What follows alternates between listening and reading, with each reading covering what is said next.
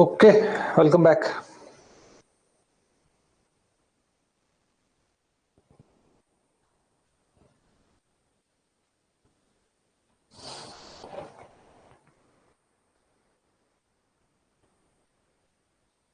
Okay, fine. So we have discussed the different types of polarities. हमने discuss कर ली हैं, ठीक है. So the next topic जिस पे मैं जाना चाहता हूं अभी and हम चलेंगे.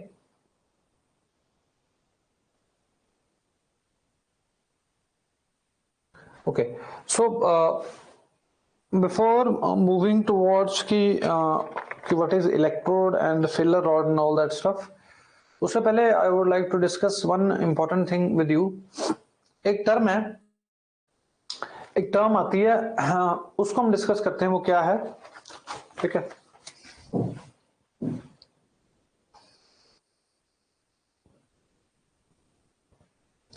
ये वैसे तो आगे भी आएगी लेकिन अभी इंपॉर्टेंट है डिस्कस करनी. Now what is this? ये क्योंकि मैंने पोलैरिटीज आपसे डिस्कस किया तो ये मेरे को चीज डिस्कस करनी पड़ रही है आपके साथ, ठीक है. Now the thing is arc blow. अगर किसी ने वेल्डिंग पढ़ी है या वेल्डिंग के बारे में थोड़ा बहुत जानकारी है तो पता होगा कि भैया आर्क ब्लो एक तरीके का वेल्डिंग डिफेक्ट है. वेल्डिंग डिफेक्ट जब टॉपिक आएगा हम पूरे अच्छे से डिस्कस करेंगे कि भैया वेल्डिंग डिफेक्ट क्या चीज है, आर्क ब्लो क्या चीज है. अभी आर्क ब्लो को अच्छे से डिस्कस करते हैं क्योंकि वो पोलैरिटी से रिलेटेड चीजें हैं. यहाँ पे आर्क ब्लो में बेसिकली क्या होता है, आर्क ब्लो क्या चीज है, मैं आपसे डिस्कस करता हूं. ध्यान से देखना. होता क्या है, अगर ये मान लो मेरा वर्क पीस है, ओके, और let us suppose this is my electrode. एक मिनट में कलर चेंज कर लूं and I will make sure कि so if this is my electrode, यहां पे थोड़ा सा यहां पे इसको उठा के मैं यहां रख देता हूं.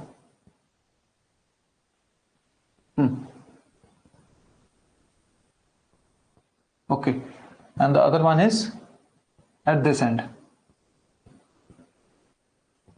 Okay, something like that. So ये देखो मैंने क्या बनाया. ये मैंने कुछ नहीं बनाया. अभी आपको ये दो चीजें नहीं देखनी है.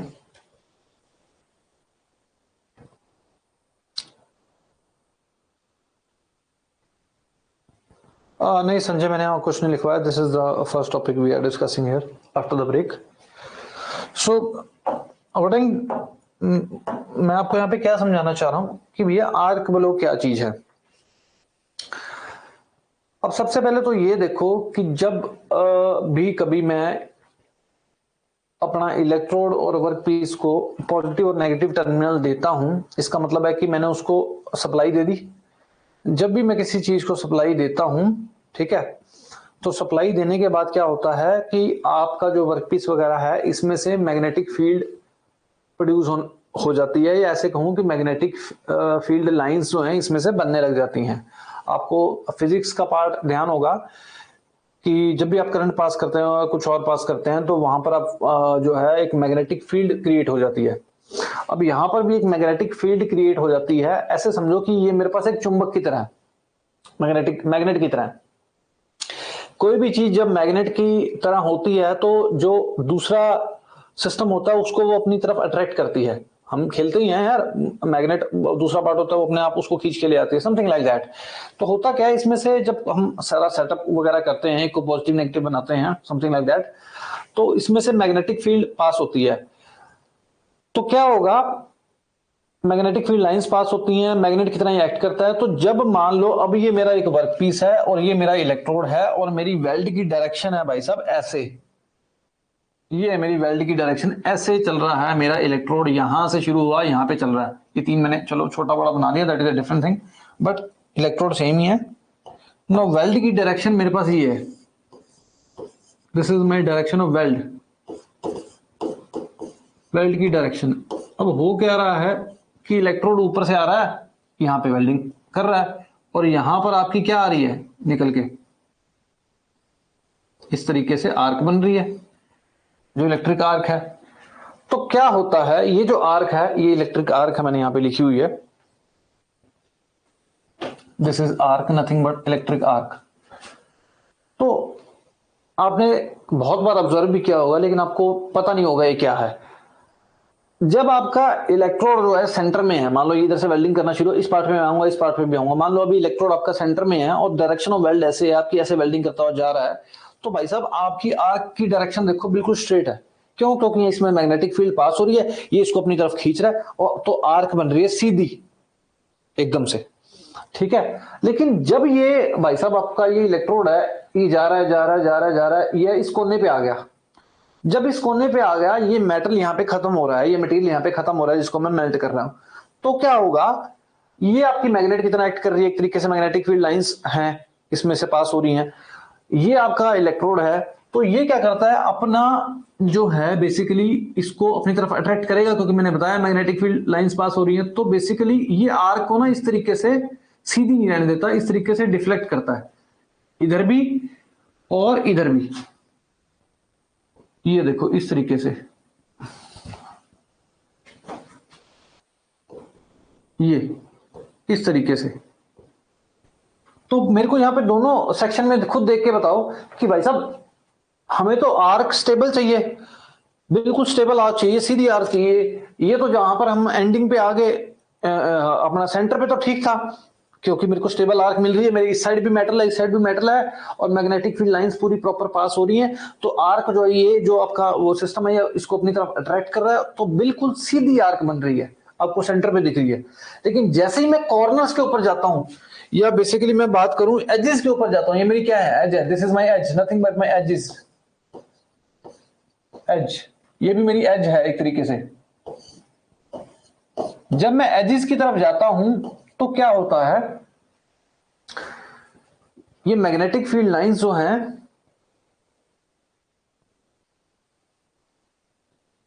जस्ट अ सेकेंड, फैजान आप मेरी क्लास में नए हैं? Are you are you joining this particular welding section for the first time?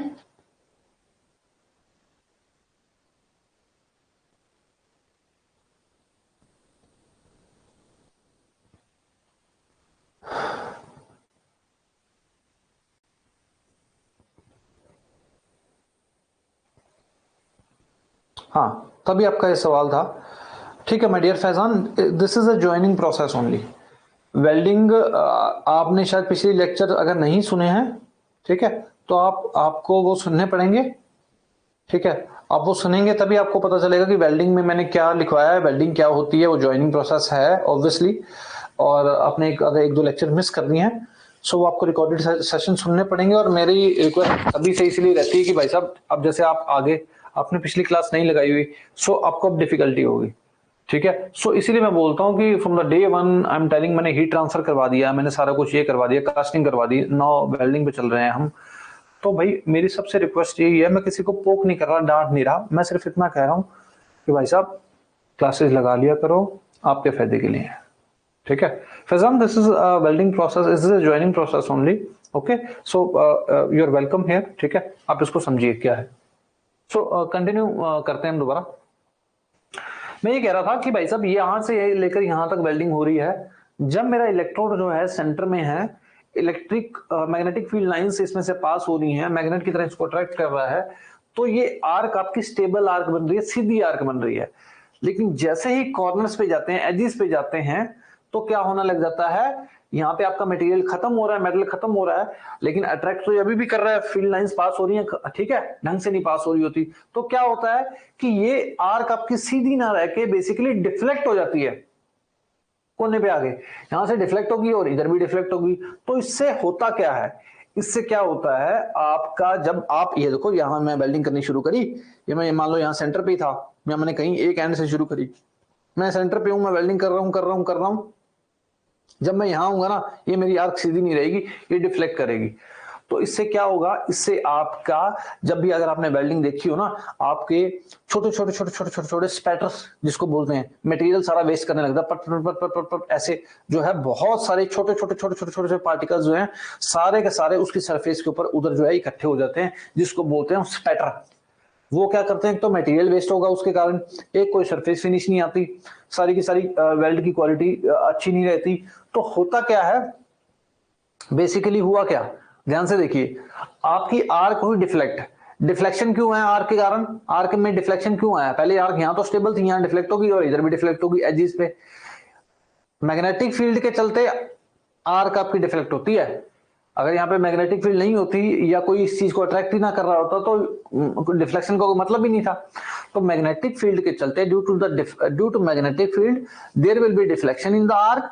जब आर्क आपकी डिफ्लेक्ट करेगी तो आपके लास्ट में वेल्डिंग डिफेक्ट आता है जिसको बोलते हैं स्पैटर, स्पैटरिंग होगी, मटेरियल आपका वेस्ट होगा, सरफेस क्वालिटी आपकी बेकार आएगी और पार्ट आपका अच्छा नहीं बनेगा। तो भैया फिर करें क्या, अनदर इंपॉर्टेंट पॉइंट। तो इसको अवॉइड करने के लिए हम क्या करते हैं, या कम से कम हो जाए, हम क्या करते हैं, व्हाट विल डू, हम यहां पे इधर इस तरीके से इधर और इधर, ये मैं हल्का सा दिखा रहा हूं आपको, क्या करते हैं, एक मेटल का एक और पार्ट रख देते हैं, आयरन का, मान लो मैंने आयरन का पार्ट और रख दिया। अब मैंने इस आयरन के जो दो ब्लॉक्स हैं या पार्ट हैं, इसको इसी पूरे सर्किट का हिस्सा बना दिया। जब मैं इसको भी इनका हिस्सा बना देता हूं तो भाई साहब जो पहले मैग्नेटिक लाइंस इस पूरे सिर्फ इसमें से पास हो रही थी, अब इनमें से भी पास होंगी, क्योंकि उसका पूरा उसी पूरे सर्किट का हिस्सा बन गई है ये दोनों पार्ट्स भी। ठीक है, तो मैंने मेटल की प्लेट बिल्कुल साइड में से बिल्कुल सटा के रख दी है, तो मैंने दिखा दिया ऐसे। ठीक है, तो होगा क्या, अभी सिर्फ ये अट्रैक्ट कर रही थी इसको, तो बाद में ये भी करेगी, तो इधर भी अट्रैक्ट, ये इधर को खींचेंगी डिफ्लेक्ट करेंगी, ये इधर को खींचेंगी, और एट द एंड मेरे को आर्क जो है सीधी मिल जाएगी।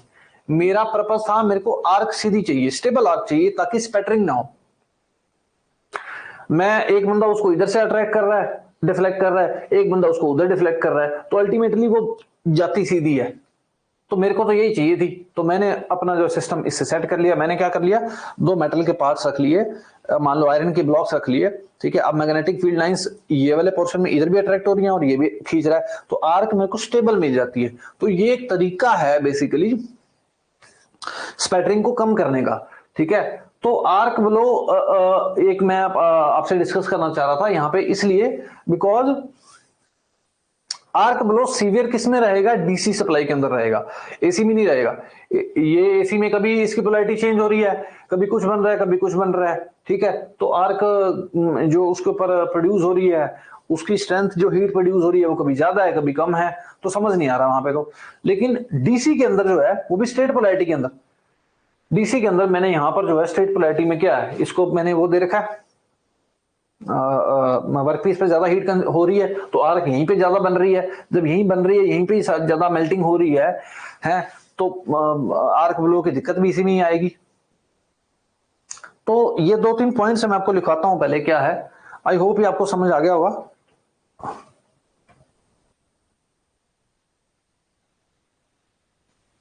हाँ, स्पैटरिंग, ठीक है फैजान, स्पैटरिंग का मतलब ये है, स्पैटर ये अभी मैं आपको बताता हूं, ये मान लो ऐसे, ये एक second,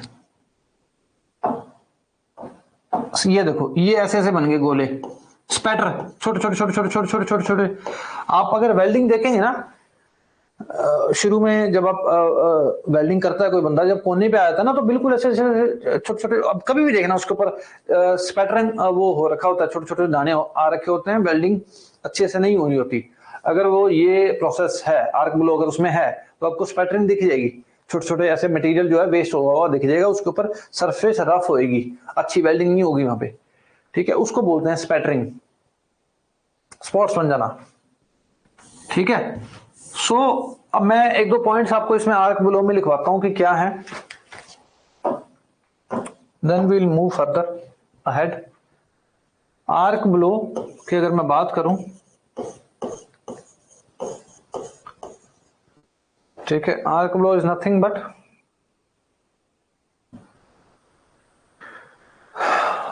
deflection of arc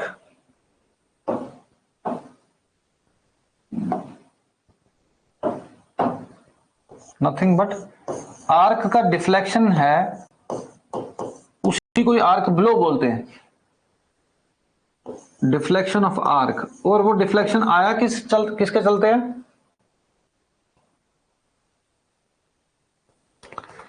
deflection of arc, और वो आया आर्क का डिफ्लेक्शन इसलिए है क्यों? क्योंकि मैग्नेटिक फील्ड के चलते। Due to magnetic field arc deflect होगी एजेस के ऊपर। तो जो डिफेक्ट आ गया उसको बोल दिया हमने आर्क ब्लो। अब ये क्या है? This is one of the welding defect.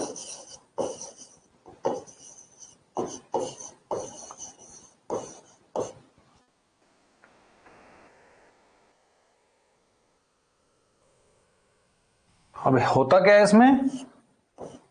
It produces spatter. Arc blow तो नाम दे दिया, आर्क ब्लो होगी, आर्क डिफ्लेक्ट होगी, क्यों हुई? मैग्नेटिक फील्ड के चलते। उस डिफ्लेक्शन के बाद हुआ क्या? स्पैटरिंग शुरू होगी, छोटे छोटे मटेरियल जो है वेस्ट होने लग गया। Spatter, spattering.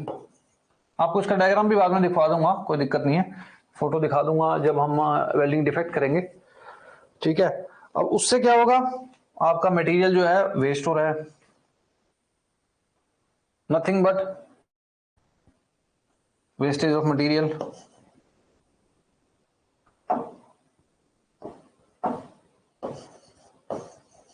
Wastage of material,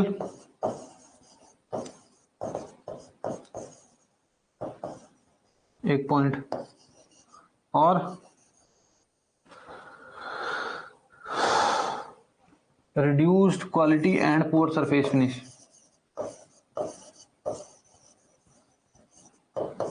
quality and poor surface finish, surface finish.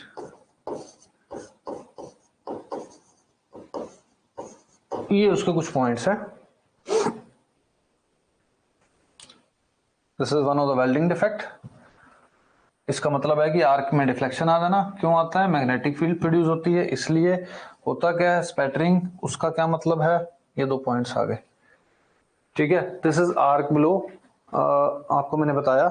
इसके 1 और 2 पॉइंट्स और हैं, we can also write here only.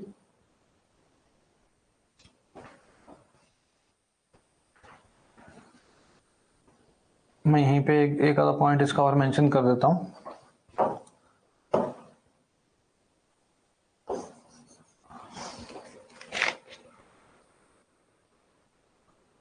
Arc blow is very severe. Arc blow ऐसे लिख दो पॉइंट की, मैं सीवियर किस में होगा, एरो बना के लिख देता हूं, ज्यादा अच्छे से समझ आएगा। इसमें सॉरी,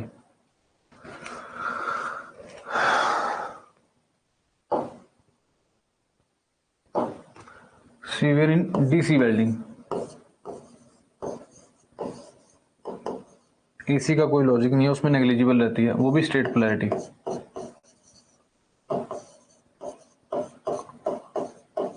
ये मैंने आपसे डिस्कस कर लिया।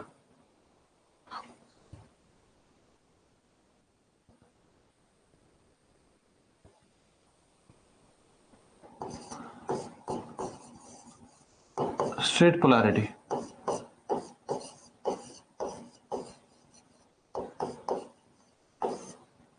ओके।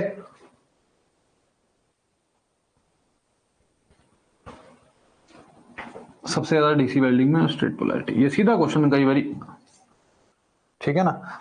तो अब जो ये मैंने आपसे डिस्कशन की है ना काफी सारी चीजों की, कि भाई आर्क ब्लो क्या है या कुछ और क्या है ना, ये वो ऐसा सिंपल एक स्टेटमेंट के फॉर्म में भी आपसे पूछ सकता है। और आपके पेपर में तो जेई में तो पूछता ही सिंपल सी चीजें हैं, बड़ी आसान सी चीजें पूछ लेगा, स्टेटमेंट लिख देगा। वो इन्हीं सब थ्योरी में से स्टेटमेंट होती हैं, और कोई कहीं अलग से नहीं आती वो। बट द थिंग इज कि आपको जो है कंसेप्ट डेवलप करने हैं। अच्छा, रटना नहीं है कुछ, जहां पर रटने की रिक्वायरमेंट आती है वो अलग चीज है। अभी लास्ट में कुछ चीजें आएंगी जहां पर आपको मैं बताऊंगा ये ऐसे है तो ऐसे है, उसका कोई लॉजिक नहीं है, ठीक है। लेकिन जहां पर कंसेप्ट है वो आपको अंडरस्टैंड करना है, इसलिए मैं आपको हर एक चीज स्टेप बाय स्टेप बताता हूं। इसमें कुछ डाउट है तो पूछ लो अभी, फिर आगे चले।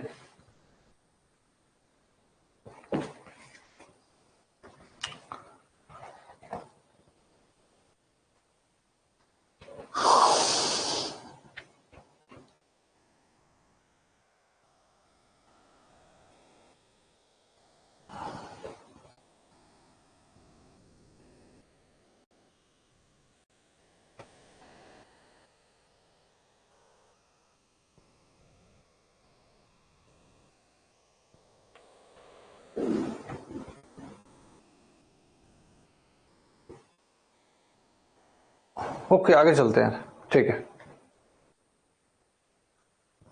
नो द पॉइंट इज,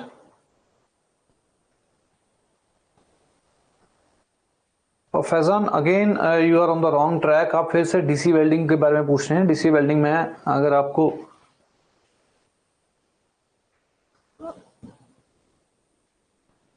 ये देखो, ये सारा हमने ऑलरेडी डिस्कस कर लिया, ठीक है। सो आप अपने डाउट्स को जो नॉर्मल डाउट्स हैं, जो सिर्फ आप ही के डाउट्स आ रहे हैं, वो इसलिए आ रहे हैं क्योंकि आपने लेक्चर नहीं लगाया। सो प्लीज वो ऐसे फ्लो ब्रेक होगा, ये मत कीजिए, ठीक है। अगर आपको कुछ नहीं समझ में आ रहा तो आप पहले ये लेक्चर देखिए,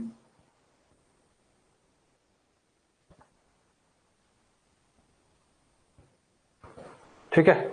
so now the thing is कि द अदर पार्ट इज, अब बात आती है कि भैया मैंने आपसे एक दो चीजें डिस्कस करनी है कि what is the difference between electrode and filler, filler rod कह लो या फिलर, है ना। देखो पहले तो मैंने आपको ये बताया है कि भाई जिन भी दो पार्ट्स को या किस भी चीज को आपको ज्वाइन करना है, ज्वाइनिंग प्रोसेस बोलते हैं Faizan. Welding is a joining process only, one of the joining process. पहले दिन डिस्कस किया था रिवेटेड ज्वाइंट, बोल्टेड ज्वाइंट, वो भी ज्वाइनिंग प्रोसेस है, ठीक है। तो लेक्चर देखना आपको। So now the thing is कि अगर आपके पास मैं आ रहा था कि इलेक्ट्रोड और फिलर के अंदर डिफरेंस क्या है, ठीक है। पहली बात तो सबसे इंपॉर्टेंट चीज ये है कि मेरे को अगर किसी दो चीजों को ज्वाइन करना है तो मेरे को उनके बीच के अंदर कुछ ना कुछ मटेरियल फिल तो करना ही पड़ेगा, तभी जाके वो वेल्डिंग होगी। वो फिल करूंगा, बाद में वो उसके साथ, उसी मटेरियल के साथ जो है वो अपना एटॉमिक फ्यूजन कर लेते हैं और वेल्डिंग हो जाती है। तो मेरे को उन दोनों प्लेट्स के बीच में या मटेरियल जिनको मैंने वेल्ड करना है, ज्वाइन करना है, उनके बीच में कुछ ना कुछ मटेरियल को फिल तो करना ही पड़ेगा। इधर मैं इलेक्ट्रोड को फिल करूं मेल्ट करके, या फिर जहां पर मेरा इलेक्ट्रोड मेरा कंज्यूम नहीं हो रहा, मैं अलग से कोई चीज उसमें फिल करूं, ठीक है। सो वो अलग से जो चीज होती है, जो मैं इलेक्ट्रोड का यूज नहीं कर रहा, जहां पर मेरी वो जो अलग से चीज है, उसको बोलते हैं फिलर रॉड या फिलर मटेरियल, ठीक है। अब डिफरेंस क्या है मैं आपसे पहले डिस्कस कर लेता हूं, फिर लिखवाता हूं। इलेक्ट्रोड और फिलर रॉड में, इलेक्ट्रोड जो है वो बेसिकली पूरे इलेक्ट्रिकल सर्किट का ही हिस्सा है, इंटीग्रल पार्ट है। इलेक्ट्रोड मैं जब आपको वीडियो दिखाऊंगा उसमें मैं दिखाऊंगा कि वेल्डर ने क्या कर रखा है। एक वेल्डिंग टॉर्च है उसके पास, या ऐसे समझो इलेक्ट्रोड की, जब मैं आर्क वेल्डिंग की बात कर रहा हूँ, shielded metal arc welding, normal welding की बात कर रहा हूं, उसके पास एक इलेक्ट्रोड होल्डर है जिसमें उसने इलेक्ट्रोड को होल्ड किया हुआ है, ठीक है। रॉड की फॉर्म में इलेक्ट्रोड है, उसने होल्ड किया हुआ है। अब वो इलेक्ट्रोड मेल्ट हो रहा है और उसके अंदर फिल हो रहा है, तो आपको वो दिख रहा है। कई जगह पर मान लो मेरा इलेक्ट्रोड मेल्ट नहीं हो रहा, तो मैं फिलर रॉड का यूज करता हूं, क्योंकि मेरे को वेल्डिंग तो करनी है ना, ठीक है। तो अब वो इलेक्ट्रोड जो खुद है वो तो पूरे इलेक्ट्रिकल सिस्टम का हिस्सा है, लेकिन जो फिलर रॉड है वो उसका हिस्सा नहीं है, वो एक सेपरेट रॉड है या कुछ और सिस्टम है जिसको मैं उसके बीच में फिल करता हूं। वो कई जगह पर मेरे को फिलर रॉड की रिक्वायरमेंट पड़ती है, कई जगह पर नहीं पड़ती। वो कहां पड़ेगी, जब मेरे को बेसिकली बीच में मेटल को मैं डालना है, फ्यूज करना है, फिल करना है कोई ना कोई चीज को। अब जब वो अगर वो इलेक्ट्रोड फिल कर देगा तो मेरे को फिलर रॉड की रिक्वायरमेंट नहीं पड़ेगी। तो ये डिफरेंस है कि filler rod is separate from electrical circuit, पहले तो उसका हिस्सा नहीं है, पहला डिफरेंस। दूसरी चीज, जो आपका इलेक्ट्रोड है, अगर मैं बात करूंगा कंज्यूमेबल इलेक्ट्रोड वेल्डिंग की, जहां पर इलेक्ट्रोड खुद कंज्यूम हो रहा है, जब वो खुद कंज्यूम हो रहा है और मेटल पार्ट्स के बीच के अंदर फिल हो रहा है, तो मेरे को फिलर रॉड की रिक्वायरमेंट है ही नहीं, मैं क्यों यूज करूंगा, मेरा तो काम उससे चल रहा है। लेकिन जहां पर नॉन कंज्यूमेबल है, मैंने आपको पहले ही बताया था, वेल्डिंग है या उस तरीके का सिस्टम है जहां पर मैं इलेक्ट्रोड कंज्यूम नहीं हो रहा, तो मेरे को फिलर रॉड की रिक्वायरमेंट पड़ेगी। ठीक है, अब बात कर लो कि चलो पहले इतना लिखवा देता हूं। ठीक है,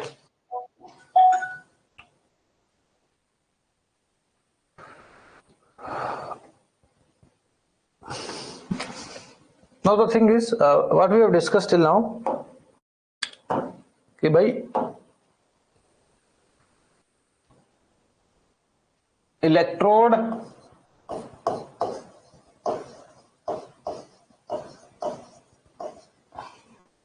ठीक है और फिलर रॉड की हम डिस्कशन कर रहे हैं। मैं अगर बात करूं इलेक्ट्रोड की, तो electrode is nothing but it is the integral part of the electrical circuit.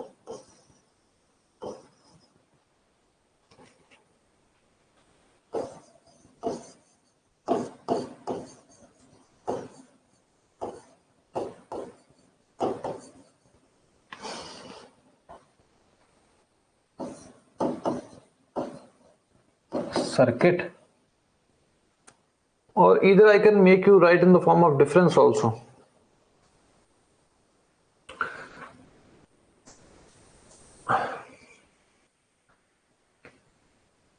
देखते हैं बात बनती है कि नहीं।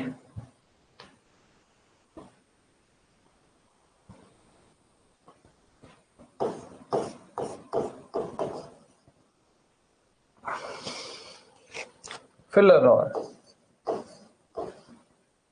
ओके।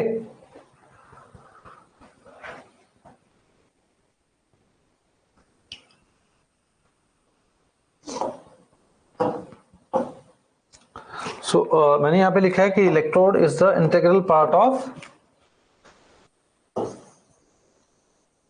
इलेक्ट्रिक सर्किट, कि भैया वो जो सर्किट बना उसी का ही पार्ट है, होल्डर के अंदर बीच में ही है। ठीक है, लेकिन एज सच फिलर रॉड जो है वो उसका सिस्टम, उसका पार्ट नहीं है।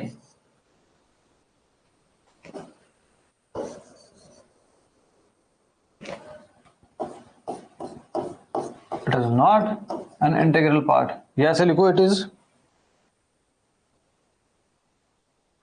सेपरेट फ्रॉम इलेक्ट्रिकल सर्किट, सीधा लिख लो, it is separate from electric circuit.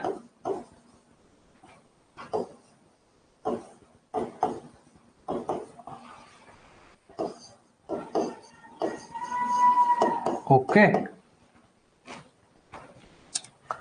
Now जब बात आ जाती है किसकी, कंज्यूमेबल इलेक्ट्रोड वेल्डिंग की, ठीक है,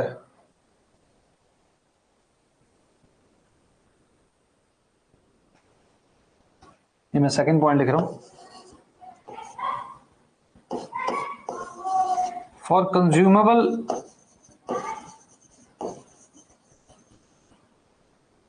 इलेक्ट्रोड वेल्डिंग। ये बेसिकली डिफरेंस नहीं है, लेकिन मैं आपको बता रहा हूं कि क्या पॉइंट है।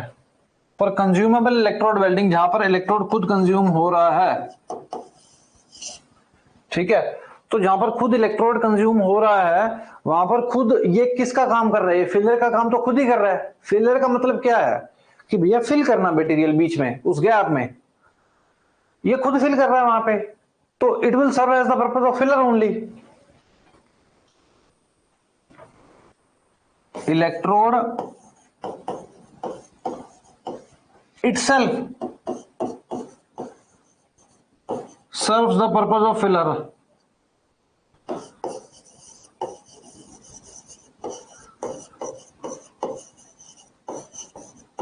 of filler material, है ना। तो इसलिए क्या होगा, hence no separate filler rod is required। ये जो पॉइंट है ना, ये बेसिकली अब कंज्यूमेबल इलेक्ट्रोड वेल्डिंग के लिए होगा, इलेक्ट्रोड का नहीं हुआ। सो उसको ऐसे याद रख लेना, ये इसका डिफरेंस एज सच नहीं है, लेकिन वो पॉइंट समझाने के लिए मेरे को यही मेंशन ऐसे करना पड़ रहा है कि भाई अगर मान लो केस आ जाए कंज्यूमेबल इलेक्ट्रोड वेल्डिंग का, जहां पे इलेक्ट्रोड खुद कंज्यूम हो रहा है, तो वहां पर जो चीज कंज्यूम हो रही है वो खुद फिल हो रही है, यानी कि उस स्पेस में, तो ये खुद वहां पर क्या किसका काम कर रहा है? फिलर का ही तो काम कर रहा है। फिलर बेसिकली फिल करना, फिलर मटेरियल।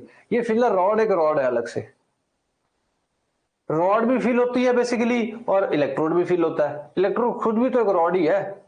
अगर वो रॉड जो है, देखो ये भी रॉड है, ये भी रॉड है, ठीक है।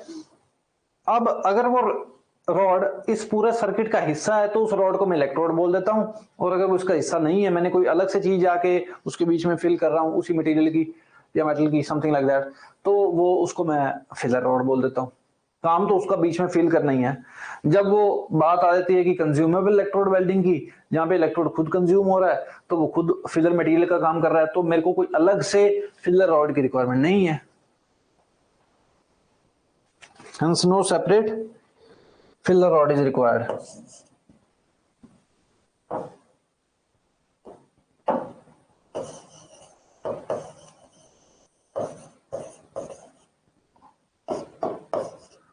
Is required. ठीक है। लेकिन जब बात आ जाती है, मैं इस पॉइंट को इससे अलग कर रहा हूं, लेकिन ये डिफरेंस इसमें और इसमें नहीं है, ये अलग से डिफरेंस है कि फॉर नॉन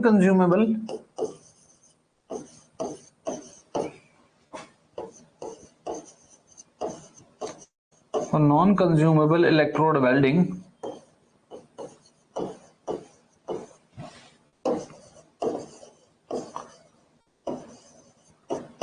मेरे को एक सेपरेट फिलर की रिक्वायरमेंट पड़ेगी। Separate filler rod will be required, will definitely be required ना।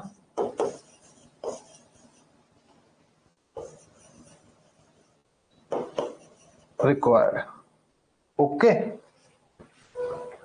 हाँ,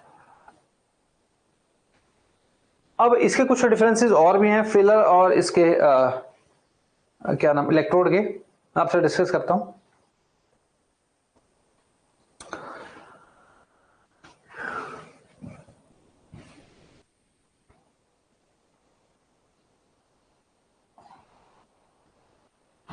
okay, so this is the difference. Now the thing is कि इलेक्ट्रोड जो है, जनरली मैंने अभी तक आपको सिर्फ इतना बताया कि इलेक्ट्रोड जो है, मैं यहाँ पे अगर इलेक्ट्रोड की बात कर रहा हूं तो इलेक्ट्रोड के बारे में एक दो बातें ऑन कर लेते हैं। इलेक्ट्रोड खुद जो है जरूरी नहीं है कि भैया रॉड की फॉर्म में ही हो। जनरली आप शील्डेड मेटल आर्क वेल्डिंग, जो नॉर्मल वेल्डिंग हम देखेंगे, आगे हम प्रोसेसेस कल डिस्कस करेंगे, तो वहां पर आपको इलेक्ट्रोड नॉर्मली उसकी फॉर्म में दिखेगा, रॉड की फॉर्म में दिखेगा, ठीक है। और लेकिन कई जो है वेल्डिंग्स आती हैं जिसमें इलेक्ट्रोड जो है वायर की फॉर्म में भी होता है, फिलामेंट बोलते हैं उसको, मेटल इनर्ट गैस वेल्डिंग, पूरी की पूरी वायर, इलेक्ट्रोड जो है रॉड की फॉर्म में नहीं, वायर की फॉर्म में ऐसे रोल बना हुआ उसका, स्पूल बोलते हैं। स्पूल मतलब एक ऐसी गोल चक्री जिसके ऊपर मेटल जो है वायर बांधी होती है ना, ऐसे इसी तरीके का बेसिकली आपका इलेक्ट्रोड बांधा होता है उसके ऊपर, और वायर की फॉर्म में वो आगे आगे उसका जो है इंट्रोडक्शन हो रहा होता है। तो electrode can be in the form of rod, it can be in the form of wire, मैं आपको बताना चाह रहा था, ठीक है। So another important thing is, इसका एक डिफरेंस और है, वो मैं भी आपको एक डायग्राम के थ्रू बताता हूं, छोटा सा डायग्राम है। उससे पहले एक वर्ड यूज करना है मैंने, वो वर्ड ये है कि फ्लक्स, कि भैया फ्लक्स क्या होता है। फ्लक्स एक तरीके से बेसिकली ऐसे समझ लो एक मिश्रण है, ठीक है, एक मिक्सचर है जिसमें आपके कुछ जो है बेसिकली मिनरल्स आ जाते हैं, कुछ केमिकल्स आ जाते हैं और कुछ अलोइंग एलिमेंट्स आ जाते हैं, एक तरीके से सारा मिक्सचर है, ठीक है। अब फ्लक्स जो है मैंने आपको बताया क्या क्या है, मिक्सचर है किसका, मिनरल्स का, कुछ केमिकल्स का और कुछ अलोइंग एलिमेंट्स का। मान लो सारा का मैंने मिक्स कर दिया, उसको जो सारा का सारा जो सिस्टम बना, घोल बन गया या कुछ भी बन गया, उसको मैं बोलता हूं फ्लक्स। इसी में अभी एंट्री आएगी उसकी फ्लक्स की, मैं बता रहा हूं कहां पे आएगी। फ्लक्स के पर्पस क्या है वो सब डिस्कस करेंगे सब। तो फ्लक्स जो है वो फ्लक्स बन गया आपका। अब वो फ्लक्स जो है मैं आपके इलेक्ट्रोड के ऊपर उसकी कोटिंग भी कर सकता हूं। कोटिंग का मतलब समझते हैं कि भाई एक परत चढ़ा देना, लेयर चढ़ा देना। अगर मेरे पास कोई चीज इलेक्ट्रोड की फॉर्म में है तो मैं उसके ऊपर किसी चीज की कोटिंग कर सकता हूं। वो क्या चीज है? वो है फ्लक्स। वो मैं कोटिंग क्यों करता हूं, फ्लक्स क्यों लगाया जाता है, वो अलग केस है, वो अलग स्टोरी है, वो सुनाऊंगा भी। अभी जो स्टोरी सुना रहा हूं वो ये है कि पहले तो फ्लक्स क्या होता है। फ्लक्स एक तरीके का मिक्सचर है जिसमें मिनरल्स, कुछ केमिकल्स, कुछ अलॉइंग एलिमेंट्स है, वो क्या होते हैं बताऊंगा, ठीक है। फ्लक्स बेसिकली कोटिंग की फॉर्म में भी एक आपके इलेक्ट्रोड के ऊपर लगाया जा सकता है, फ्लक्स पेस्ट की फॉर्म में भी हो सकता है, फ्लक्स इवन गैसेस की फॉर्म में भी हो सकता है, ठीक है। वो कैसे होगा बाद में बताऊंगा। तो फ्लक्स जो है, मान लो मैंने एक तरीके का मेरे पास मिक्सचर है, वो मैंने ये इलेक्ट्रोड है, इस इलेक्ट्रोड के ऊपर मैंने उसकी कोटिंग कर दी, ठीक है। इसको बोलते हैं फ्लक्स कोटेड इलेक्ट्रोड, जिसके ऊपर मैंने किसी चीज की कोटिंग कर दी। अब अगर मेरे पास इलेक्ट्रोड है, उसके ऊपर तो मैं फ्लक्स की कोटिंग कर सकता हूं या मैं करता हूं, ठीक है। फिलर रॉड के ऊपर ऐसा कोई कोटिंग नहीं की होती। Another difference. अब समझ में आया कि फ्लक्स कैसे पिक्चर में लेके आ रहा हूं। इस अगर मैं बात करूंगा इलेक्ट्रोड की, कि मेरे पास इलेक्ट्रोड है, that can be without coating, जिसको मैं बोलूंगा बेयर इलेक्ट्रोड। बेयर का मतलब जिसने कोई कपड़े नहीं डाले, मतलब एक तरीके से उसके ऊपर कोई कोटिंग नहीं है, बेयर इलेक्ट्रोड। एक होता है फ्लक्स कोटेड इलेक्ट्रोड, कि इलेक्ट्रोड के ऊपर कोई कोटिंग की हुई है, किसकी कोटिंग, फ्लक्स की। तो वो इलेक्ट्रोड की कैटेगरी में आएंगे, फ्लक्स कोटेड या बेयर इलेक्ट्रोड। फिलर रॉड के ऊपर कोटिंग का कोई लॉजिक ही नहीं है, ठीक है, उसके ऊपर कोई कोटिंग नहीं की होगी।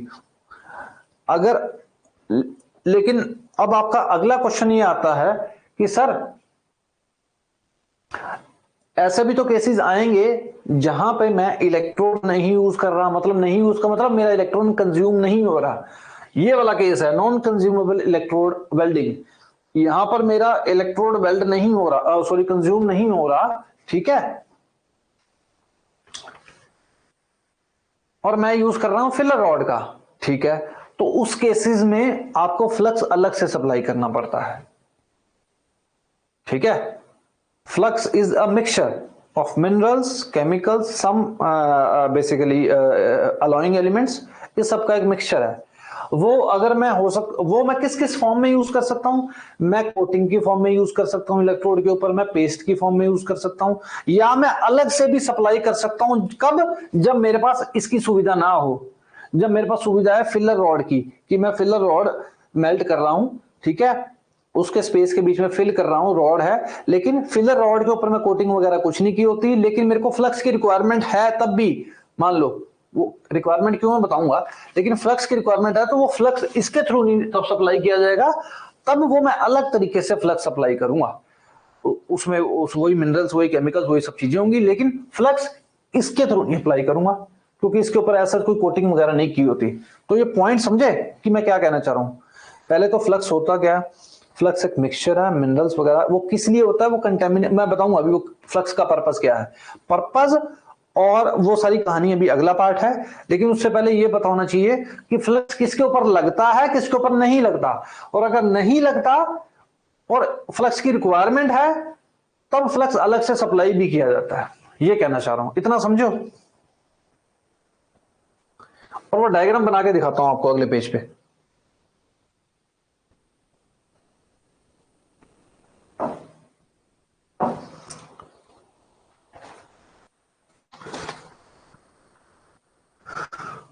मान लो मेरे पास ये एक लाइन डायग्राम है इलेक्ट्रोड का,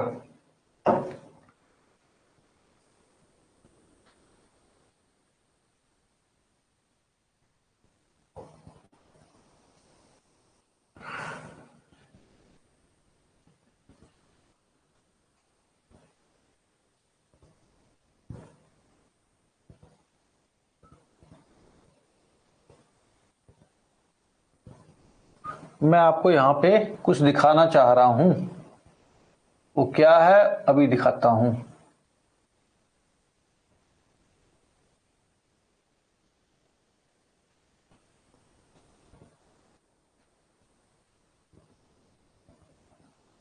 वो ये है,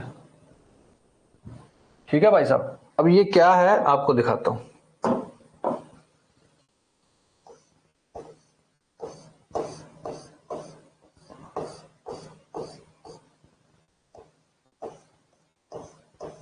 एक तरीके से मैं आपको सिर्फ कुछ दिखाना चाह रहा हूं, वो ये है कि ये मेरा आपके पास है electrode, this is nothing but my electrode, this is my electrode, okay sorry, this is my electrode, this is my electrode, okay. फिर मैंने ये ऊपर क्या किया हुआ है, ये मैंने भाई साहब क्या किया है, मैंने इसके ऊपर कोटिंग कर दी है। किसकी कोटिंग की है जी? फ्लक्स की। फ्लक्स क्या है? एक सिस्टम है, एक तरीके का मिक्सचर है, ठीक है, जिसमें मेरे पास मिनरल्स भी हैं, कुछ मेरे पास वो है केमिकल्स भी हैं, कुछ अलॉइंग एलिमेंट्स भी हैं। तो ये मैंने इलेक्ट्रोड के ऊपर फ्लक्स की परत चढ़ा दी है, कोटिंग चढ़ा दी है। मैं आपको ये बताना चाह रहा हूं कि कोटिंग की फॉर्म में, पेस्ट की फॉर्म में या किसी और फॉर्म में जब फ्लक्स यूज होता है, फ्लक्स यूज हमेशा इलेक्ट्रोड के ऊपर ही होगा, या फिर अगर इलेक्ट्रोड की कंजम्पशन जहां पर नहीं हो रही तो और फ्लक्स की रिक्वायरमेंट है तो फ्लक्स अलग से प्रोवाइड किया जाएगा, और फिलर रॉड का तो काम फिलर रॉड का ही है, ठीक है। तो मैं ये बताना चाह रहा हूं कि भैया अगर मेरे पास, the point is in case of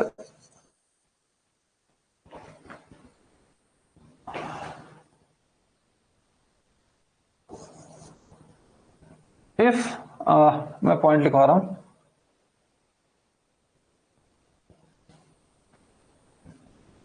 in case of electrode, कि जब मैं इलेक्ट्रोड का यूज कर रहा हूं तब मैं flux can be used over this, can be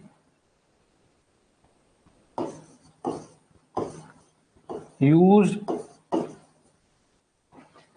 over the electrode in the form of coating.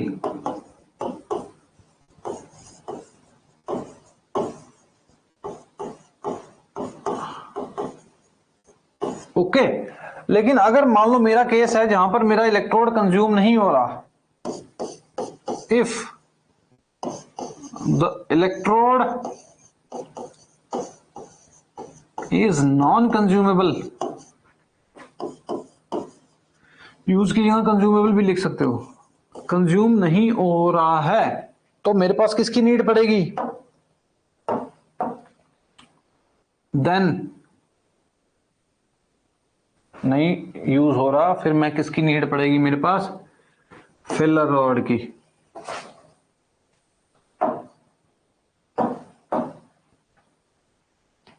Filler rod की मेरे पास रिक्वायरमेंट पड़ेगी ना, क्योंकि मेरे पास एक चीज नहीं मेल्ट हो रही, filler rod will B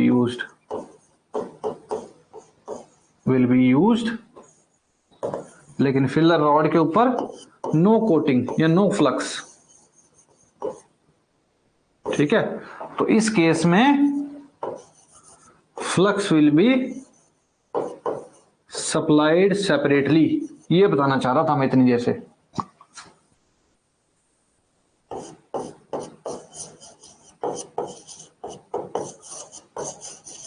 will be supplied separately.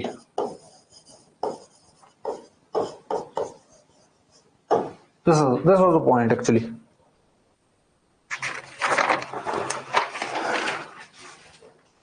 ठीक है, अब मुझे बताओ इस पॉइंट में किसी को डाउट है?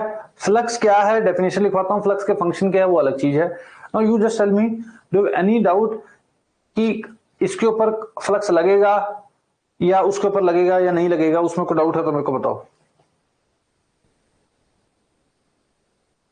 आपको क्लैरिटी होनी चाहिए कि जहां पर इलेक्ट्रोड यूज हो रहा है या इलेक्ट्रोड कंज्यूम हो रहा है, फ्लक्स को हम इलेक्ट्रोड के ऊपर इन the form of coating use करेंगे, और जहां पर इलेक्ट्रोड कंज्यूम ही नहीं हो रहा वहां पर हम फिलर रॉड का यूज करेंगे सेपरेटली,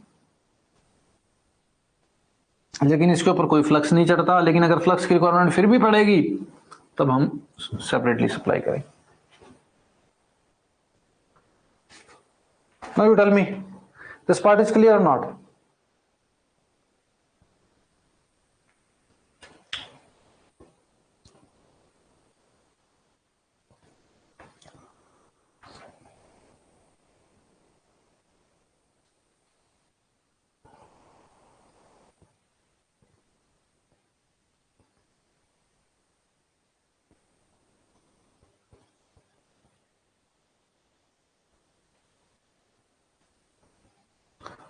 ओके, आगे चलते हैं। अब बात करते हैं फ्लक्स की, कि भाई साहब फ्लक्स क्या चीज है।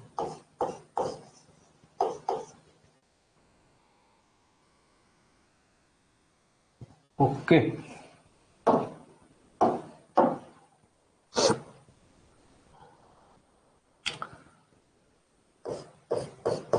flux is a mixture, ये जनरल डेफिनेशन है, it can be in the form of gases as well, आगे आएगा, of various minerals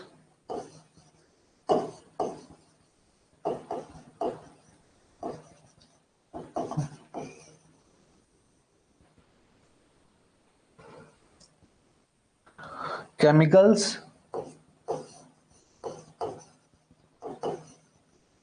and alloying elements।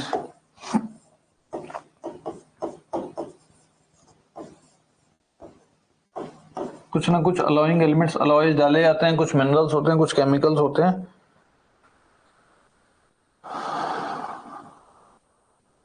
जो क्या करते हैं, किस लिए डाला जाता है, अभी लिखवाई देता हूं साथ साथ, दैट प्रोटेक्ट, प्रोटेक्ट किसको प्रोटेक्ट करते हैं, आपका जो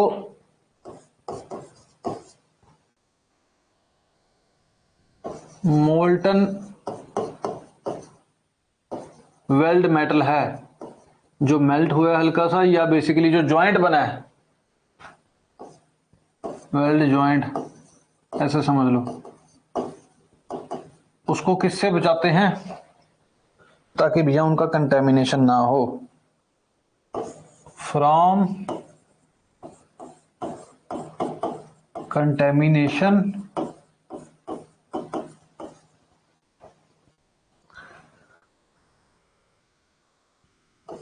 बाय द एटमॉस्फेरिक ऑक्सीजन। होता क्या है, मैंने आपको पहले भी बताया है कि जब आप वेल्डिंग कर रहे होते हैं तो वेल्डिंग करते टाइम पे या वेल्डिंग करने के बाद, अगर आपको ध्यान हो, ये मैंने थोड़ा ज्यादा छोटा लिख दिया क्या, समझ आ रहा है ना, are you in a position to read this, हाँ ना तो बता दो कि भाई समझ आ रहा है ना, पढ़ा जा रहा है।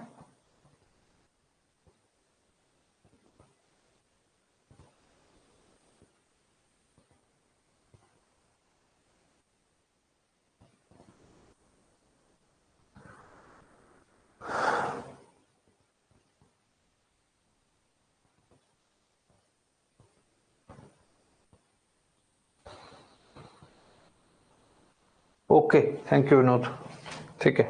So now the thing is, ये मैं क्या कहना चाह रहा हूं आपको, फ्लक्स बेसिकली क्या चीज है, एक तरीके से मिक्सचर है, कुछ इसमें मिनरल्स हैं, कुछ इसमें केमिकल्स हैं, कुछ इसमें अलॉइंग एलिमेंट्स है। अब जब भी हम वेल्डिंग करते हैं तो जो हमारा वेल्ड जॉइंट बनता है या उसी टाइम अभी बन के हटा होता है, तो होता क्या है, वो उसने एटमॉस्फेरिक ऑक्सीजन के कांटेक्ट में आना ही आना है, जैसे ही आना आएगा वो अपना सिस्टम जो है ऑक्साइड की लेयर बना लेगा। तो वो जब लेयर बनेगी तो फिर भैया वो आपकी वेल्डिंग अच्छी नहीं होगी, या ड्यूरिंग वेल्डिंग वो ऐसा हो जाए कि वेल्डिंग करते टाइम उसकी ऑक्साइड की लेयर बन गई है तो वेल्डिंग होगी नहीं अच्छी। और ऑक्साइड बेसिकली क्या है, एक ब्रिटल, एक तरीके से ब्रिटल पार्ट बन जाता है, जो लेयर बनती है ना, एक पतली सी लेयर या जो भी है ब्रिटल, वो जो आपकी वेल्ड जॉइंट होती है उसको ब्रिटल कर देती है, उस जॉइंट का कोई फायदा नहीं है। तो एटमॉस्फेरिक ऑक्सीजन के कंटेमिनेशन से बचाने के लिए हम उसके ऊपर फ्लक्स लगा के रखते हैं या फ्लक्स प्रोवाइड करते हैं, ताकि हम उसके ज्वाइंट को जो बना है उसको हम बेसिकली ऑक्सीजन से जो है कांटेक्ट में ना आने दें। अगर वो ऑक्सीजन से कांटेक्ट में नहीं आएगा, ठीक है, वो नहीं आएगा तो उसकी ऑक्साइड की लेयर नहीं बनेगी, ऑक्साइड की लेयर नहीं बनेगी तो हमारा ज्वाइंट बना है वो ब्रिटल नहीं बनेगा, अच्छा बनेगा। ठीक है, अब ये कैसे फ्लक्स जो है बेसिकली उस टाइम पर मेल्ट, ये अभी मैं बताऊंगा फंक्शन ऑफ फ्लक्स। ठीक है, तो ये फ्लक्स की डेफिनेशन है। ठीक है, अब इसमें कुछ it's nothing but a mixture of, you can write this, basically क्या करता है, प्रोटेक्ट करता है। किससे, किसको, हमारे वेल्ड जॉइंट को। किससे, एटमॉस्फेरिक ऑक्सीजन से, कि ऑक्साइड की लेयर ना बने। ठीक है जी, ये काम है इसका। अब जो है अगला पॉइंट जो है, फ्लक्स के कुछ फंक्शंस हैं, वो हम देख लेते हैं क्या है फ्लक्स के फंक्शंस, या रोल बोल लो, फंक्शंस बोल लो, कुछ भी बोल लो। Role, uses of flux, function, कुछ भी बोल लो कि इसका क्या काम है बेसिकली, क्यों यूज करते हैं। अब आप कहोगे कि सर आपने ऊपर तो दिया क्यों यूज करते हैं, लेकिन मैंने लिख तो दिया, लेकिन इसको इसका सिस्टम जो है वो अभी आपको समझाता हूं। कुछ पॉइंट्स है, ये खाली एक काम नहीं करता, कई सारे काम करता है। और ये इसमें से क्वेश्चन आपके डेफिनेटली आता है कि भाई फ्लक्स क्यों यूज किया जाता है।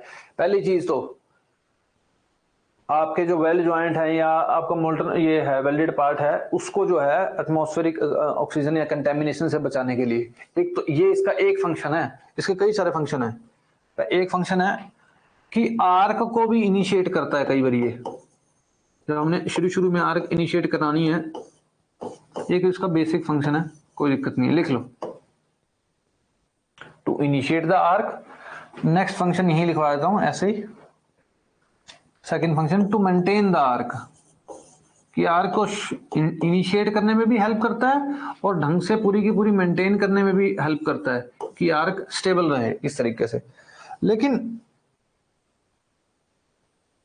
इसके बाद जो इसका मेन फंक्शन है वो मैं आपको बताता हूं। एक टर्म आती है, वो आती है स्लैग, SLAG। लोग कंफ्यूज हो जाते हैं कि फ्लक्स और स्लैग एक ही चीज है, नहीं, मैं बताता हूं। मैं यहां पे आपको पहले बताता हूं क्या है, एक पॉइंट की फॉर्म में लिखवाता हूं कि भाई, ठीक है, ये पॉइंट ये है कि ड्यूरिंग वेल्डिंग, ये अलग से पॉइंट है एक,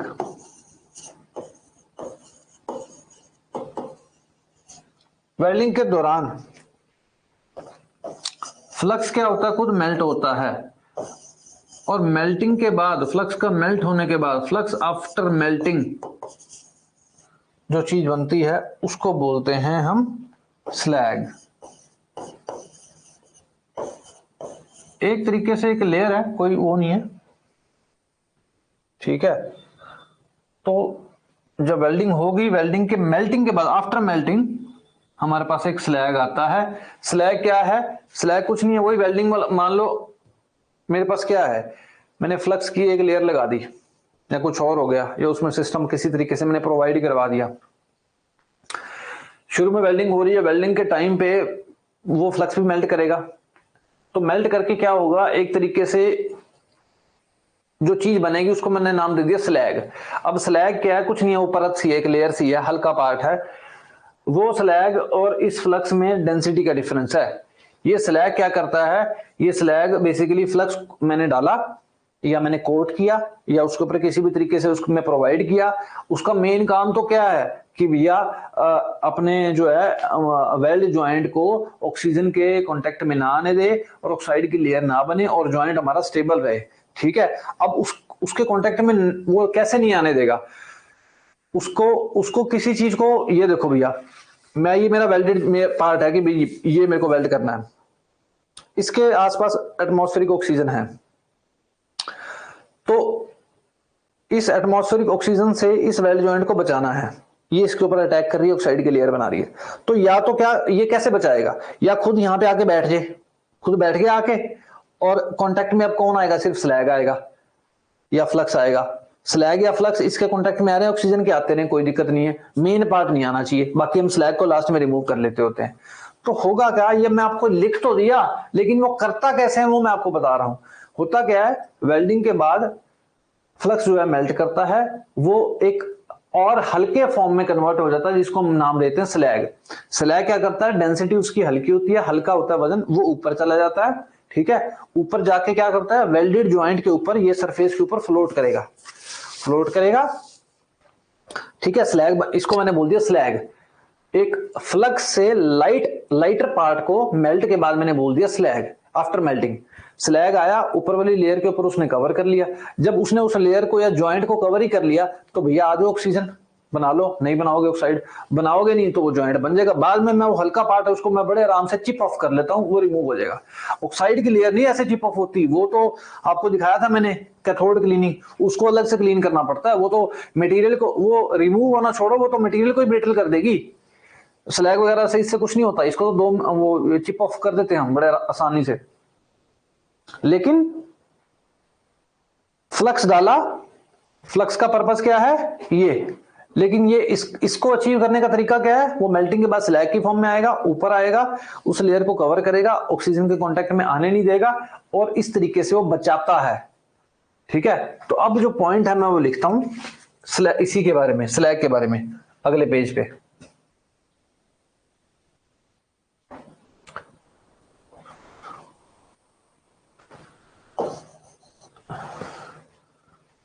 तो ये जो स्लैग बना है, दिस स्लैग, ये क्या करेगा, फ्लोट्स करेगा ओवर द वेल्डेड जॉइंट। मैं लिखवा रहा हूं आपको सारा कुछ, floats over the weld joint,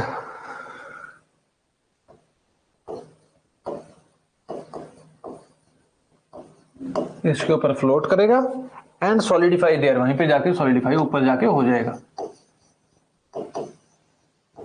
solidifies there. ठीक है, और ये क्या करेगा, it protects the weld joint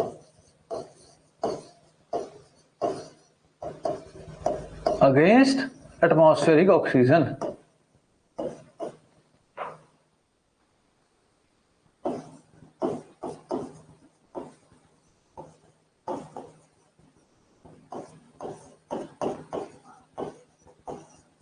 ठीक है, ये हो गया एक पॉइंट। अब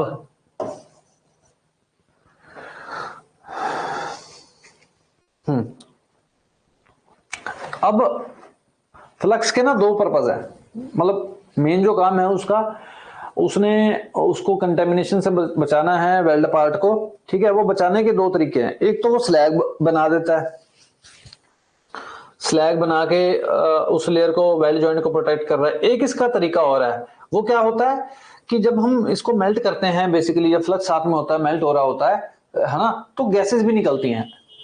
ठीक है, तो वो गैसेस बेसिकली इसी से निकलती हैं। तो हमारा काम है कि ऊपर वाली लेयर को प्रोटेक्ट करना। ठीक है, एक तो प्रोटेक्शन दे रहा है स्लैग, वो कहां से मिला, फ्लक्स को मेल्ट करने के बाद ऊपर जाके स्लैग ऊपर आया, फ्लोट किया, एटमॉस्फेरिक ऑक्सीजन से बचा लिया। एक, जब हम फ्लक्स को जब मेल्ट कर रहे होता है तो बहुत सारी गैसेस भी निकलती हैं। वो गैसेस बेसिकली क्या करती हैं, इस पूरे के पूरे जो सरफेस है उसको बेसिकली क्या, एक एनवेलप प्रोवाइड कर रही हैं। आओ, एक तो बंदा खड़ा है, ये तो वही वाली बात होगी, आपने वो चीज देखी है कि सामने से कोई सेना आ रखी है लड़ाई करने के लिए। ठीक है, एक तो मेन सेनापति खड़ा है, जैसे मैं खड़ा हूं, I am a flux, I am slag. ठीक है, मैं स्लैग हूं, मैं क्या कर रहा हूं, पर्टिकुलर चीज की प्रोटेक्शन कर रहा हूं। ठीक है, उस सेना से मैं प्रोटेक्ट कर रहा हूं किसी चीज, अपने महल को। ठीक है, समथिंग लाइक दैट, और मेरी सेना है सारी, तो वो भी एक बेसिकली एनवेलप प्रोवाइड कर रही है किसको, इस पूरे उसको महल को। ठीक है, सामने वाले से। So it is more like that कि भाई एक तो मेरे पास स्लैग है जो इस सरफेस को कवर कर रहा है, एटमॉस्फेरिक ऑक्सीजन से अटैक नहीं होने दे रहा, और मेरे पास कुछ गैसेस हैं जो अपना एक एनवेलप बना लेगी इस तरीके से, है ना। वो एनवेलप बनाएंगी जब, तो वो गैसेस बेसिकली ऑक्सीजन के साथ इसको वेल्ड जॉइंट को कांटेक्ट में आने नहीं देंगी, और बेसिकली ऑक्सीडेशन होने नहीं देंगी, लेयर कंटेमिनेशन होगी नहीं, तो उस पार्ट को ब्रिटल नहीं बनाएंगी। तो ये दो तरीके हैं बेसिकली किसको, सरफेस को बेसिकली बचाने के। तो मैंने आपको बता दिया, फ्लक्स के पहले दो फंक्शन थे कि आर्क को इनिशिएट करता है, मेंटेन करता है, और ये फ्लक्स बेसिकली मेन फंक्शन तो यही है कि आपके वेल्ड जॉइंट को बेसिकली वो नहीं करने देता, तरीका उसका एक फ्लक्स प्रोवाइड करके और दूसरा गैसेस का एनवलप प्रोवाइड करके। तो अब जब मैं पॉइंट लिख रहा हूं वो गैसेस की फॉर्म में है। ड्यूरिंग मेल्टिंग ऑफ फ्लक्स, जब फ्लक्स मेल्ट होता है एक तो स्लैग निकलता है, ठीक है जी, ये लो मैं आपको अच्छे से दिखा देता हूं। एक स्लैग निकलेगा, ये लो, ठीक है, इसके कारण आपका जो है प्रोटेक्शन मिलेगी वेल्ड जॉइंट को, ठीक है जी।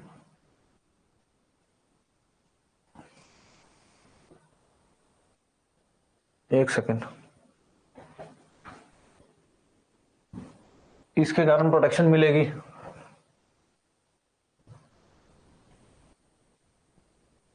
ठीक है जी, दूसरी प्रोटेक्शन कहां से मिलेगी? वो प्रोटेक्शन मिलेगी जी कुछ गैसेस से, वो मैं आपको बताता हूं। During melting of flux, sorry,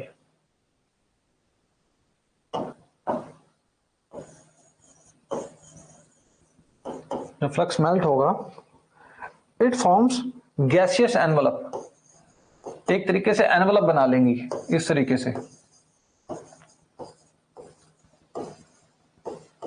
gaseous envelope.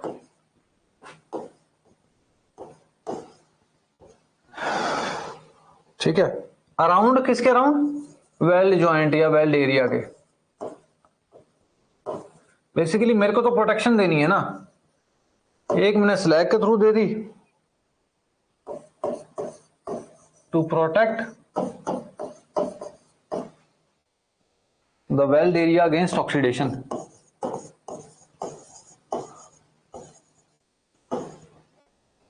Against oxidation.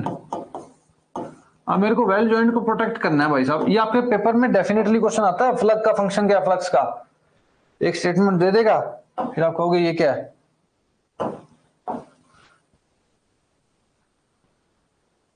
ठीक है, नंबर 1 इज कि स्लैग के फॉर्म में, दूसरा ये लो गैसेस की फॉर्म में एनवलप बना देगा।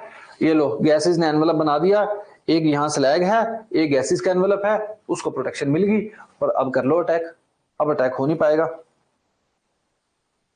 ठीक है जी। तो अब मैंने आपको बताया कि फ्लक्स के अंदर क्या क्या होते हैं, कुछ मिनरल्स होते हैं, कुछ केमिकल्स होते हैं, कुछ अलॉइंग एलिमेंट्स होते हैं। तो बेसिकली एक फंक्शन इसका फ्लक्स का और होता है कि ये अलॉइंग एलिमेंट्स भी प्रोवाइड करता है वेल्ड जॉइंट को। वो तो खैर डेफिनेशन में भी आ गया, बट फिर भी लिखवा देता हूं। It also provides alloys to the weld, to the weld।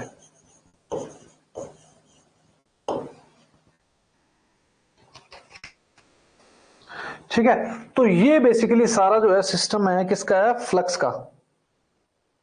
अब मेरे को नहीं लगता कि भाई साहब आपको फ्लक्स को समझने में कोई दिक्कत आएगी, है ना।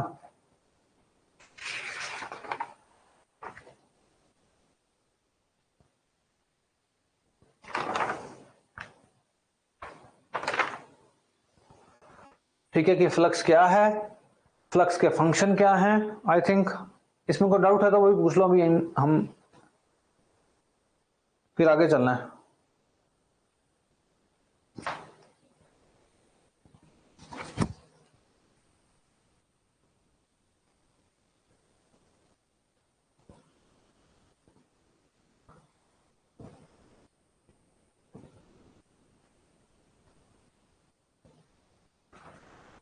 Any doubt?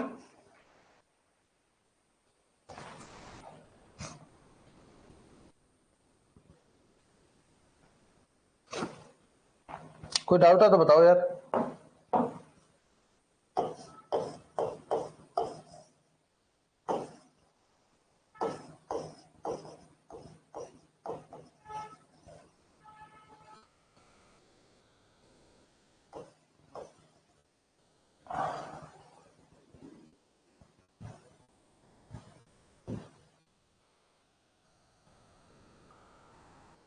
बता दो यार, क्या हो गया? चैट बॉक्स में लिख दो क्या हो गया, क्लास नहीं लगा रहे क्या, नींद आ गई है?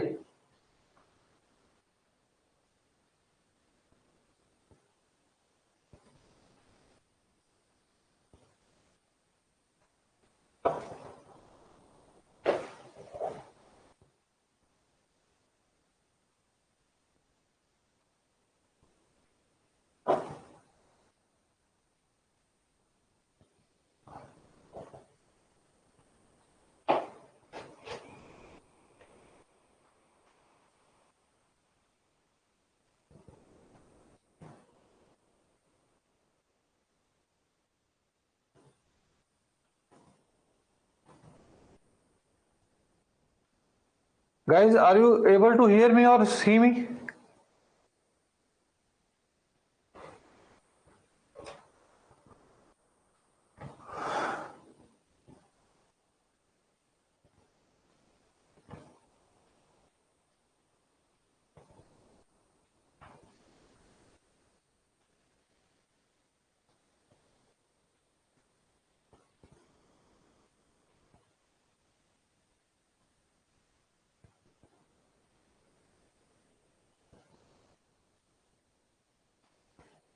हाँ तो फिर यार बता दो ना, इतनी ऐसे बोल रहा हूँ।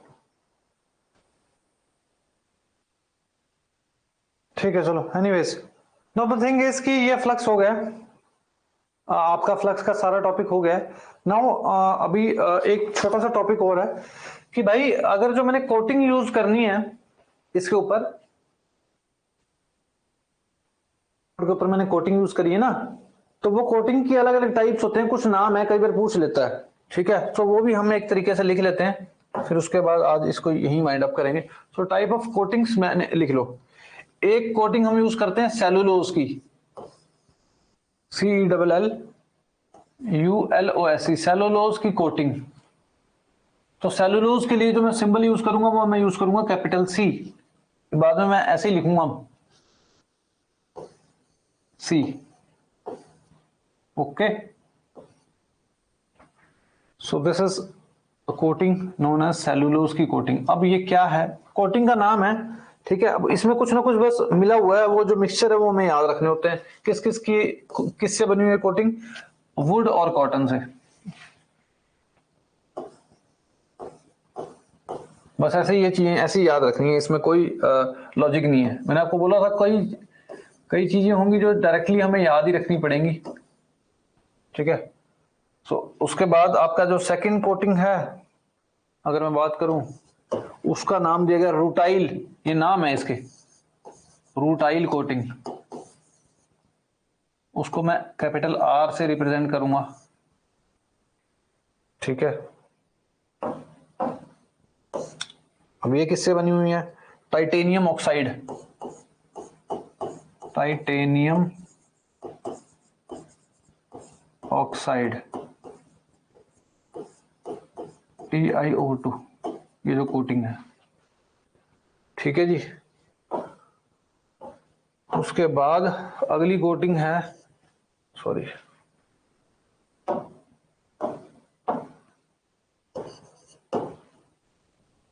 Acidic coating. कि भाई कोई एसिडिक कोटिंग है, किसी ना किसी पार्ट से बनी हुई है। वो किस किस से बनी हुई है? कोई मेटल ऑक्साइड, बस ये हल्का सा ध्यान ही रखना है, सच और तो कुछ नहीं इसमें, प्लस क्वार्ट्ज। ये क्वार्ट्ज मटेरियल होता है, आपको पता ही है। ऐसी एसिडिक कोटिंग की जगह पे बेसिक कोटिंग भी है। कुछ एसिडिक इन नेचर होती है कोटिंग, कुछ बेसिक इन नेचर होती हैं। Capital B।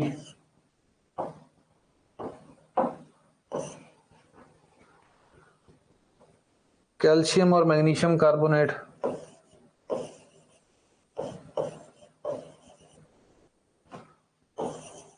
कार्बोनेट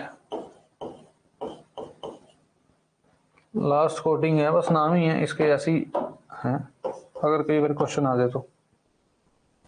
ऑक्साइड की कोटिंग यूज कर लो, कोई ऑक्साइड, वैसे ये वो वाला ऑक्साइड नहीं है उस तरीके से कि आपको ऑक्साइड की लेयर, वो सिंबल है। आयरन ऑक्साइड प्लस सिलिकॉन, ये कुछ कोटिंग्स के नाम हैं जो कि हमें पता होने चाहिए। Rutile coating, acidic coating, basic. ये वुड और कॉटन से मिलके बनी है, ये टाइटेनियम ऑक्साइड से, ये इससे, ये इससे, और ये इससे।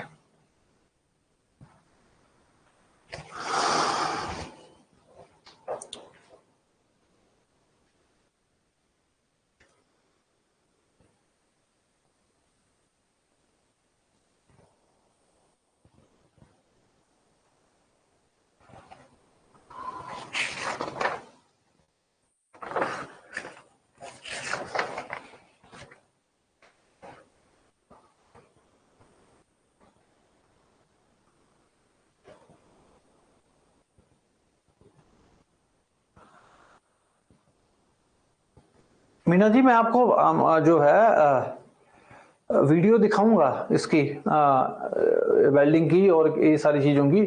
मेरे को कुछ पार्ट कवर कर लेने दो सो दैट कि you should be in a position कि भाई हाथ चल क्या रहा है। देखो वेल्डिंग प्रोसेसेस आपको ध्यान होगी, कास्टिंग का जब मैंने शुरू किया था सिस्टम, कास्टिंग भी जब मैंने शुरू की थी उससे पहले मैंने आपको सारी चीजें कवर कराई थी, गेटिंग एलिमेंट्स क्या हैं, ये क्या है, वो क्या है, बहुत कुछ कवर कराया था। उसके बाद कास्टिंग प्रोसेसेस, अगर मैं आपको इसके बेसिक्स नहीं बताऊंगा या कुछ और चीज नहीं बताऊंगा आपको कुछ समझ ही नहीं आएगा। ठीक है, अब मैं आपको ना बताऊं कि भैया फ्लक्स क्या है, फ्लक्स के फंक्शन क्या है, वो क्या है, क्या नाम अपना फिलर रॉड क्या है, इलेक्ट्रोड और उसमें डिफरेंस क्या है, पोलैरिटीज में डिफरेंस क्या है, या कोई चीज और क्या है, तो वो आइडिया आपको लगेगा ही नहीं। वीडियोस बिल्कुल आएंगी, डेफिनेटली आएंगी। ठीक है, एक बार ये लिख लो, उसके बाद वीडियो अभी मैं आपको एक मिनट देखता हूँ कि कोई इसमें वीडियो मैंने शायद, लेट मी, पिछली बारी शायद मैंने एक 10 से minute at least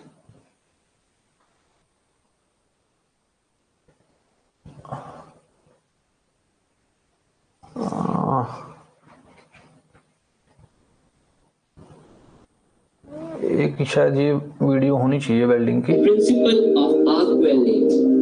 now we are going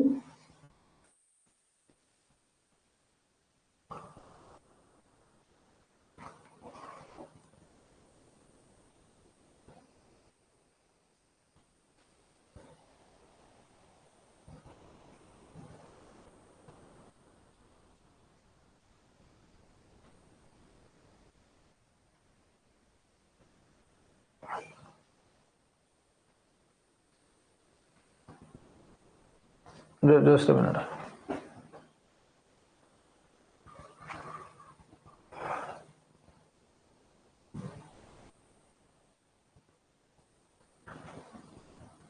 principal of arc welding.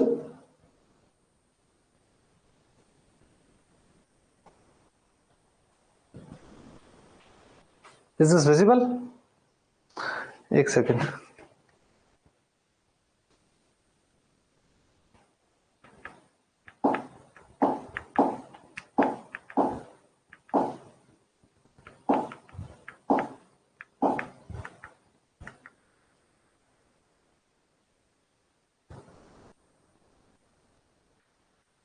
अब देखते हैं ये क्या चल रहा है, हल्का सा।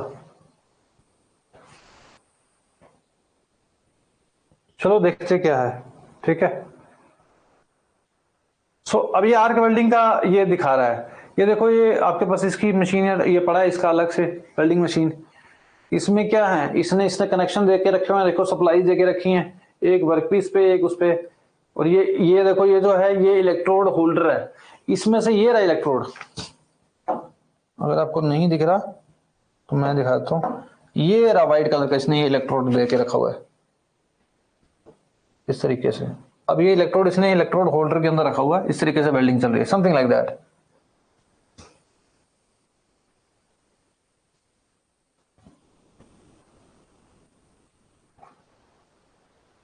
ये देखो अब दिख रहा है, इसमें दिख रहा है आपको, ये इलेक्ट्रोड होल्डर है, ये इलेक्ट्रोड है, ये कनेक्शन देके रखे हुए हैं, ये वर्कपीस है, और ये देखो ये आर्क वेल्डिंग मशीन है।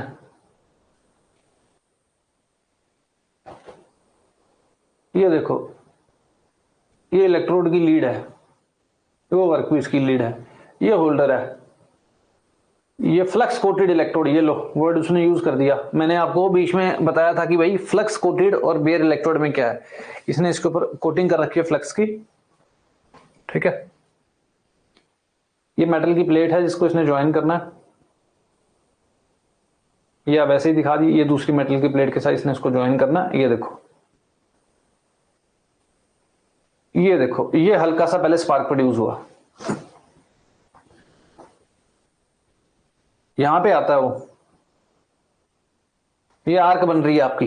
जो मैंने आर्क, जो ये वो आर्क है, ये वो आर्क है जिसके हमने 5 सेक्शंस बनाए थे, स्ट्रक्चर बनाया था पूरा का पूरा, 1 2 3 4, वो एनोड वाला, और वो हाइट बनाई थी और बनाया था जहां पर हमने वोल्टेज ड्रॉप देखा था। ये वो आर्क है, उस पूरे आर्क का सेक्शन है।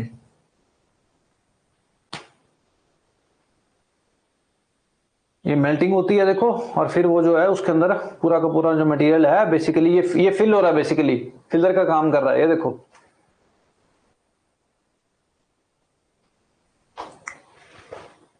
वो देखो सारा का सारा जो है इलेक्ट्रोड जो है इसके अंदर फिल हो गया।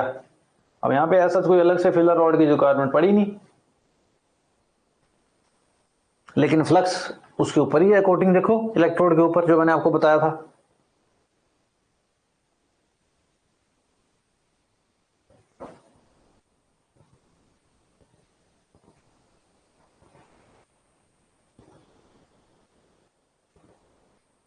तो ये एक सेटअप था जो बेसिकली आपको हल्का सा मैं दिखाना चाह रहा था। चलो आज आपने बोल दिया तो मैंने दिखाना तो था ही, बट वो किसी और फॉर्मेट से दिखाना था, बट समहाउ चलो। सो आई थिंक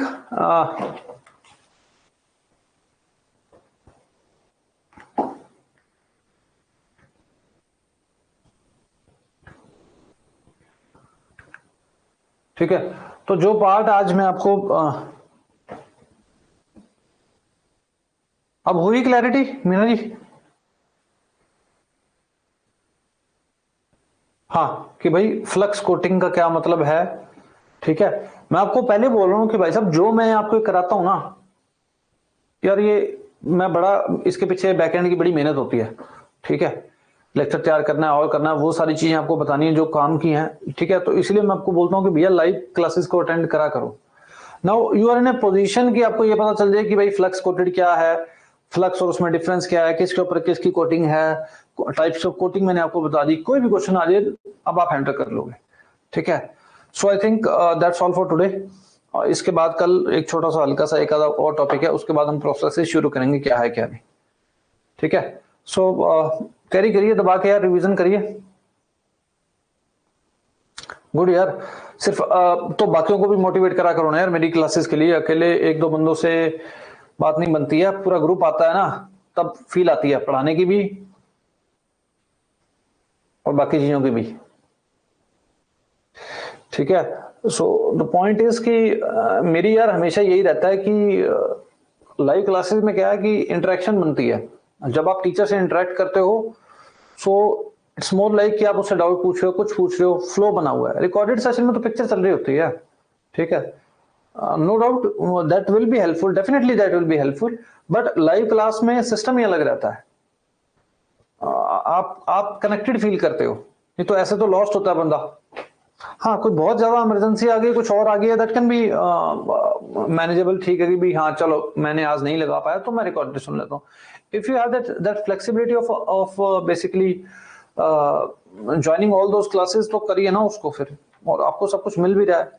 सो अगर आप फिर भी नहीं कर रहे तो फिर you are on the losing end यार। ठीक है,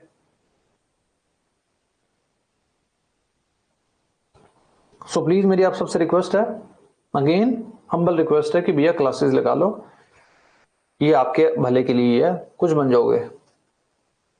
ओके,